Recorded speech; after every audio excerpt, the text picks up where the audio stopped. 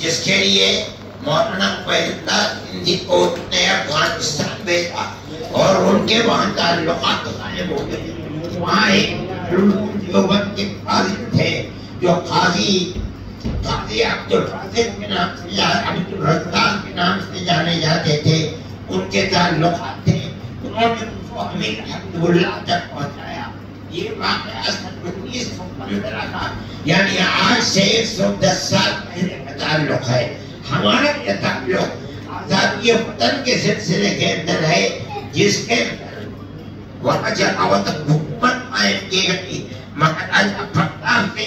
اس کے بعد مولانا عبداللہ صاحب, اس کے بعد مولانا عبید اللہ سندھی اس کے وزیر خارجہ بنے ہیں.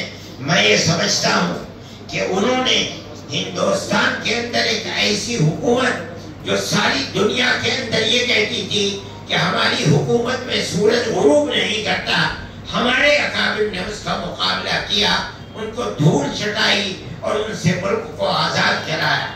میں یہ سمجھتا ہوں کہ افغانستان کے علماء اور طالبان کے خاص طریقے پر حکومت وہ دارالعلوم دیوبند کے طلباء اور پڑھے ہوئے لوگوں سے پڑھی ہوئی حکومتیں, چاہے وہ مولانا بنوری ہو, چاہے وہ مولانا محمد شفیع صاحب ہو, چاہے وہ مولانا عبدالحق صاحب اور مولانا خٹک ہو, جو ہندوستان کے ہمارے علماء کا طریقہ تھا کہ وہ اس کے مقابلے کے اندر محاذ کی طرح پڑھے تھے.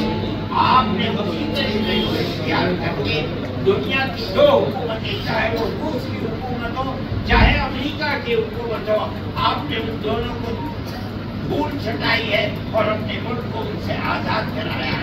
میں سمجھتا ہوں کہ اس کے اندر ہمارے اکابر کے طریقہ کار کا بڑا دخل ہے. اس لیے آج آپ یہاں تشریف لائے ہیں, یہ آپ کی اور آپ کے اکابر کی مادر علمی ہے. اس کے ساتھ ساتھ انہوں نے ملک کی آزادی کے لیے جو انتہائی مضبوط کارنامے کیے ہیں, آپ کے کارنامے ان کے بعد اور ان سے حاصل کردہ کارنامے ہیں. اس کا مطلب یہ ہے کہ آپ ان کے راستے پر چلے, اور ہمارا ماننا یہ ہے کہ مسلک کے اعتبار سے, مذہب کے اعتبار سے, ملک کی آزادی کے اعتبار سے جو آپ کر رہے ہیں اس کا ثواب یقیناً سب آخرت ان کے لیے بھی ہوگا. آج اگر وہ پیوند زمین بنے ہوئے ہیں اور قبرستان کے اندر قبر ہے لیکن ان کی زندگی زندہ ہے, آپ دارالعلوم کو اسی طرح دیکھ رہے ہیں, اور آپ نے جو اختیار کیا ہے ہم ان کو بھی انہی کی خوشہ چینی سمجھتے ہیں, اور یہ سمجھتے ہیں کہ آپ نے ان کے پروگرام کو بلند کیا ہے. اللہ تعالیٰ آپ کو بلندی عطا فرمائے.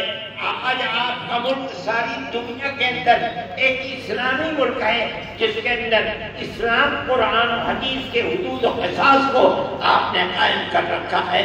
ہماری یہ دعا ہے کہ اللہ ملک کو ترقی دے, اور جس سیاسی جذبے کو آپ نے زندہ کیا ہے آپ کو اللہ تعالیٰ اس جذبے کے اندر قوت عطا فرمائے, اور اسی طرح ایک اسلامی ریاست سارے ملک کے اندر دوسرے مسلمانوں کی ریاستوں کے لیے ایک طریقہ کار ثابت ہو سکے. اور جو آپ کے ارد گرد کی ریاستیں ہیں, تاجکستان ہے, ازبکستان ہے, پاکستان ہے, اور روس کی چھوٹی چھوٹی ریاستیں, وہ بھی اسلامی نظام کے اسی طریقہ کار کو خدا کرے قائم و دائم کر سکیں. اس طرح اسلام زندہ و جاوید رہے, بول بالا ہو.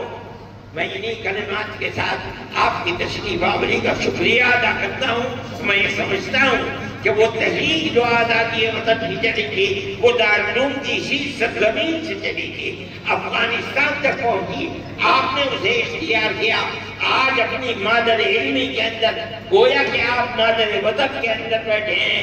ہمارے دل اس سے خوش ہیں, آپ جس جذبے کو دیکھ رہے ہیں یہ اسی خوشی کا جذبہ ہے. اللہ آپ کو خیر و عافیت کے ساتھ رہ جائیں.